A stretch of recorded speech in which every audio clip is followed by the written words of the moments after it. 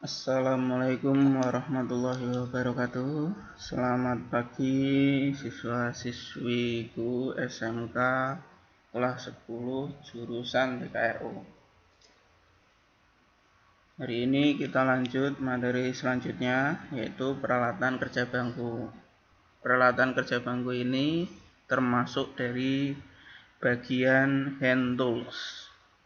Ya, kita lanjut spesifikasi materinya.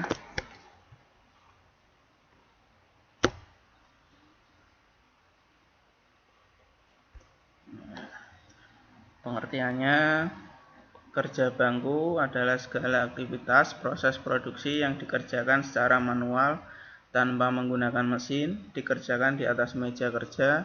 Kegiatan-kegiatan yang termasuk kerja bangku yaitu yang pertama proses pemotongan, yaitu seperti penggerajian, proses meratakan permukaan, seperti membuat chamfer atau pengikiran, proses pelubangan atau pengeboran, proses pembuatan ulir, yaitu menggunakan tap dan sney. Ini termasuk dari special tools tap sney, jadi nanti kita skip.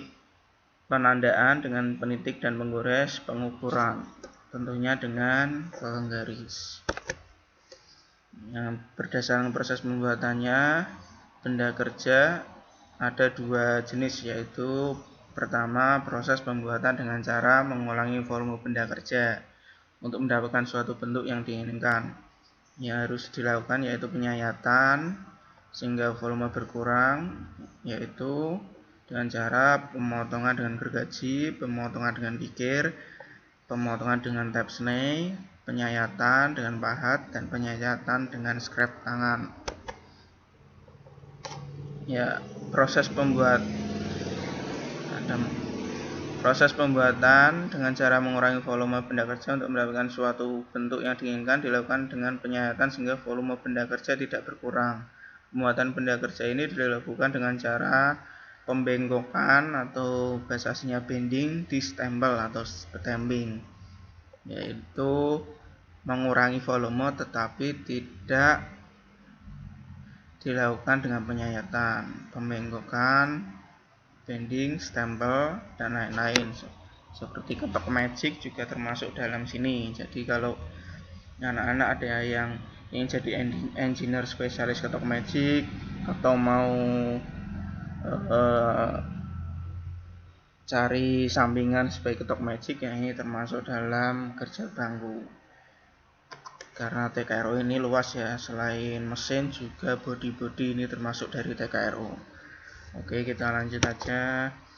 Yang pertama ada hand tools atau peralatannya, yaitu gergaji besi. Ya, seperti pada umumnya Pak dikira semuanya udah pada tahu ya.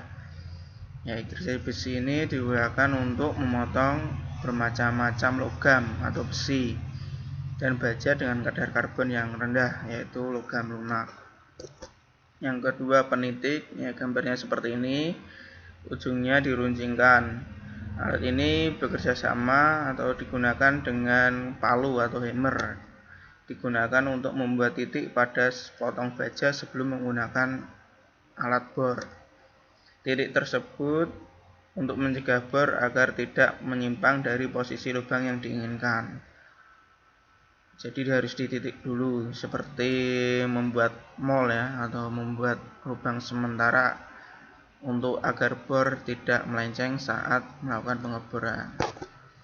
Yang kedua penggores. Nah, ini alat tangan yang digunakan untuk pengerjaan logam seperti menandai, menggaris kayu ataupun logam sebelum dipotong. Proses penggunaan penggores ini hanya untuk menandai titik, untuk selanjutnya dikerjakan oleh mesin. Hal ini digunakan untuk pengganti dari pensil atau tinta garis, karena tanda ini kalau penggores ini susah dihilangkan, jadi akan tetap terlihat. Berbeda jika menggunakan pensil atau bolpen ya, maka itu akan gampang hilang kalau dikerjakan di sebuah logam ataupun benda-benda kerja lainnya. Oleh karena itu digunakan penggores atau bahasa asingnya scriber. Penggores terbuat dari baja cor yang dimengeras yang diasah dengan sudut 30 derajat sampai 40 derajat. Ya, ini bentuknya seperti ini. Penggores ini ya. Kalau peniti center punch. Peniti, nah, untuk mengingatnya titik itu kan di tengah, jadi center punch. Punch itu pukulan, karena peniti harus menggunakan palu atau pukulan. Jadi peniti yaitu center punch. Peniti titik tengah center punch untuk karena menggunakan palu. Gergaji tadi sudah ya, hacksaw ya. Scriber atau penggores. Sekarang siku-siku atau penggaris siku. Bahasa asingnya steel square, square kotak, steel besi. Ya. Kotak kan membentuk siku-siku, jadi mengingatnya penggaris siku atau siku-siku karena terbuat dari besi. Square, steel square. Nah, siku-siku adalah sebuah alat ukur yang terdiri dari badan dan daun siku, di mana badan lebih tebal dan lebih berat jika dibanding dengan daunnya ya. Hal ini fungsinya untuk ketepatan dan kemantapan pegangan sewaktu digunakan. Badannya mana ini? Badan. Kemudian ini daunnya. Fungsi dari siku-siku hampir sama dengan busur derajat, yaitu untuk membuat garis sudut, memeriksa kemiringan atau kesikuan benda kerja, memeriksa peralatan dan permukaan benda. Ya, yang ini ragum. Ragum adalah suatu alat penjepit untuk menjepit benda kerja yang akan digigir, dipahat, digergaji, ditap senai, dan lain-lain. Dengan memutar tangkai atau handle, ya ini handle, maka mulut ragum akan menjepit. Nanti akan bergerak untuk menjepit ke sini nih.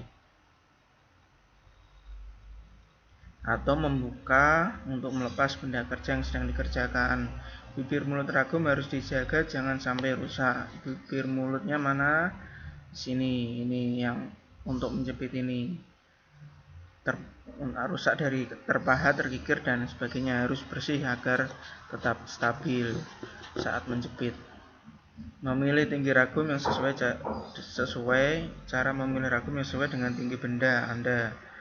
Yaitu pertama harus berdiri tegak di ragum, tempelkan kepalan tangan pada dagu, sikut harus berada di atas mulut ragum, dan apabila lengan kita diangkat, sikut jangan sampai menyentuh bibir mulut ragum. Nah, ini kita bisa nanti dipraktekkan cara penggunaannya, ada posisi-posisinya. Nanti Pak Edi share video penggunaan ragum ya. Tetapi kita agak lebih jarang menggunakan ragum karena kita lebih ke teknik otomotif, ini lebih ke teknik permesinan.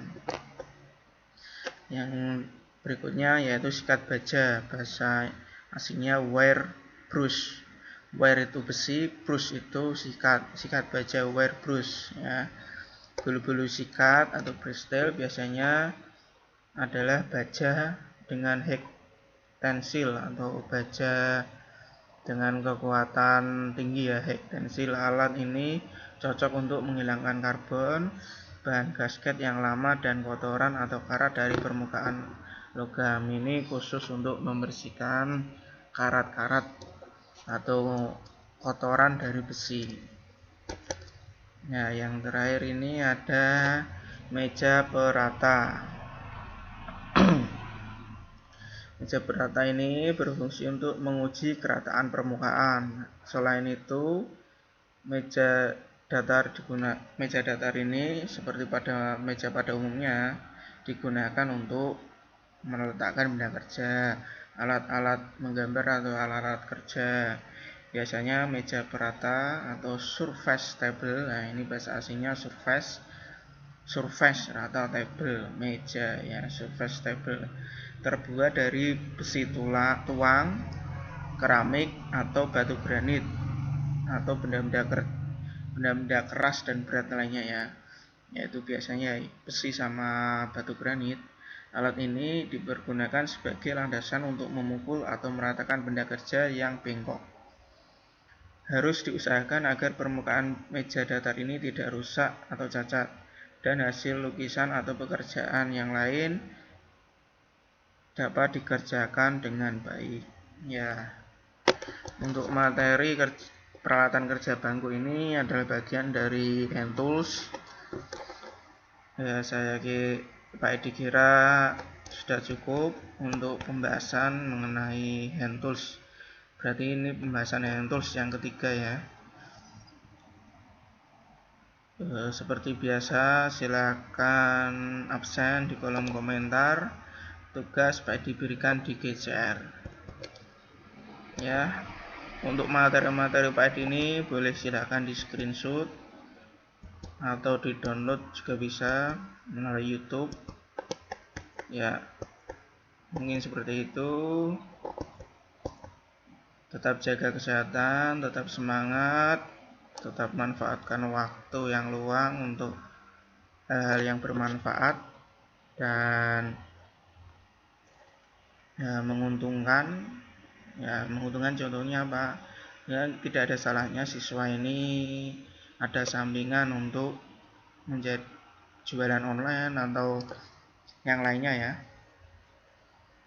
Dan main-main bolehlah, tapi karena pandemi kalau bisa mainnya di rumah aja agar tidak stres ya. Main boleh biar tidak stres, pikiran seger lagi kalau belajar gitu ya. Terima kasih. Jangan lupa absen dan kerjakan tugas. Wassalamualaikum warahmatullahi wabarakatuh.